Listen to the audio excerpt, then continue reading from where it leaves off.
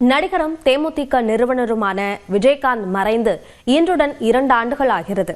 அவரது திரைப்பயணத்தை திரும்பி பார்க்க வைக்கிறது இந்த செய்தி தொகுப்பு. 10ஆம் வகுப்பு வரை மட்டுமே படித்த ஒருவர் மக்களால் அன்பொழுக கேப்டன் என அழைக்கப்படுகிறார் என்றால் அது விஜயகாந்த் தான். விருதுநகர் மாவட்டம் ராமானுசபுரத்தில் ஆண்டாள் அழகர்சாமி தம்பதிக்கு மகனாக பிறந்த விஜயகாந்திற்கு பெற்றோர் வைத்த பெயர் விஜயராஜ். சினிமா மீது தீராத ஆர்வம் கொண்ட விஜயராஜ் 1978 ஆண்டில் சென்னை வந்து சினிமா வாய்ப்பு தேடாத நிறுவனமில்லை.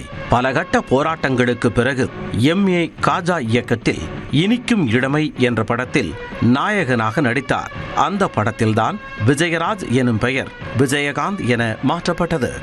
SA சந்திரசேகர் இயக்கத்தில் சட்டம் ஒரு இருட்டறை, சாட்சி, நீதி பிழைத்தது போன்ற புரட்சி கருத்துக்களை பேசும் படங்களில் நடித்ததால் புரட்சி கலைஞர் எனும் அடைமொழியோடு பெயர்கள் படங்களில் இடம்பெற்றன. வைதேகி காத்திருந்தாள், அம்மன் கோவில் கிழக்காலே, வானத்தை போல, தவசை என கிராமத்து சாயல் ஒரு பக்கம் என்றால், சத்திரியன், புலன் விசாரணை, மாநகர காவல், சேதுபதி IPS போன்ற படங்களில் காவல் அதிகாரி வேடத்தில் கலக்கினார். 1984ஆம் ஆண்டு மட்டும் இவர் நடிப்பில் 18 படங்கள் வெளியாகின. செல்வமணி இயக்கத்தில் தனது 100வது படமான கேப்டன் பிரபாகரன் படத்திற்கு பிறகு ரசிகர்கள் அவரை கேப்டன் என்றே அழைத்தனர். ஊழலை ஒழிப்பது, நேர்மை, கொடுத்த வாக்குறுதியை காப்பது, தேசப்பற்று ஆகியவையே விஜயகாந்தின் கதை களமாக இருந்தன. 1986ஆம் ஆண்டு வெளியான ஊமை விழிகள் திரைப்படத்தில் நடிக்க பலரும் தயங்கிய நிலையில் DSP தீனதயாளன் வேடத்தில் நடித்து உதவினார். தனது திரை வாழ்க்கையில் 54 புதிய இயக்குநர்களை அறிமுகம் செய்தார். படப்பிடிப்பு தளத்தில் முதலில் நடிகர் நடிகைகள் அனைவருக்கும் ஒரே உணவு முறையை கொண்டு வந்தவர் விஜயகாந்த் தான்.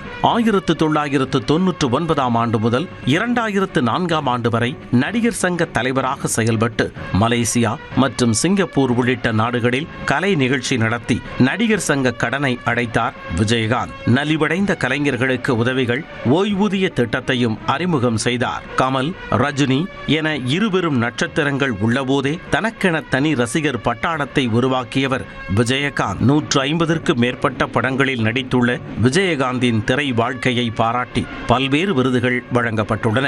எனினும் அவரது மறைவிற்கு பின் பத்மபூஷன் வழங்கி இந்திய அரசு புகழாரம் சூட்டியது.